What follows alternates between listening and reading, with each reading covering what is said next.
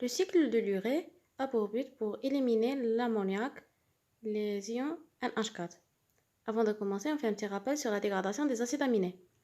Les acides aminés, après oxydation, il va libérer les ammoniums et un squelette carboné. L'ammonium, NH4, il est très toxique.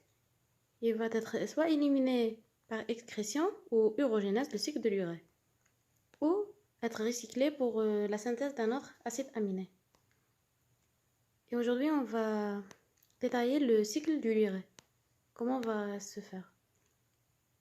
Ce cycle de l'urée se passe dans le foie, dans les cellules hépatocytaires. Il existe deux phases, une phase dans la mitochondrie et une phase dans le cytosol des cellules hépatocytaires. Donc on commence par la phase mitochondriale. Dans la mitochondrie, les ions ammonium avec le CO2 et 2 ATP et sous l'action de l'enzyme carbamyle phosphate synthétase, il y aura la formation et la synthèse d'un carbamyle phosphate plus 2 ATP. Cette carbamyle phosphate, et puis il y aura la réaction de transfert. La L-ornithine va entrer dans la mitochondrie. Puis la L-ornithine plus la carbamyle phosphate, et sous l'action de la ornithine carbamyle transférase, il y aura la formation de la L-citrulline.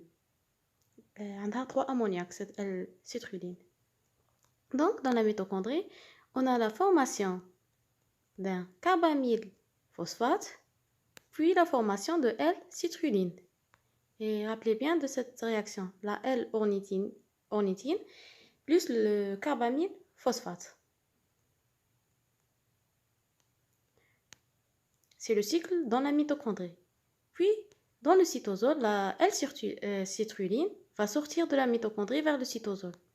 La L-citrulline plus la L-aspartate plus ATP, et sous l'action de la arginine succinate synthétase, il y aura la formation d'un arginosuccinate plus l'AMP.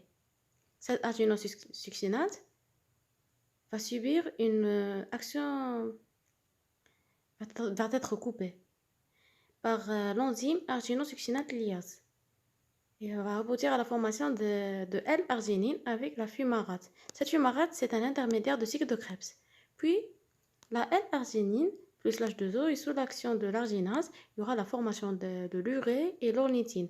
L'urée va passer dans l'urine pour éliminer les ions NH4, les ammoniacs. Et l'ornithine, comme on a dit précédemment, elle va rejoindre la mitochondrie.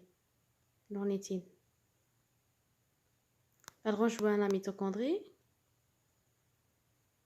pour former la L-citrulline. C'est la deuxième phase de la mitochondrie.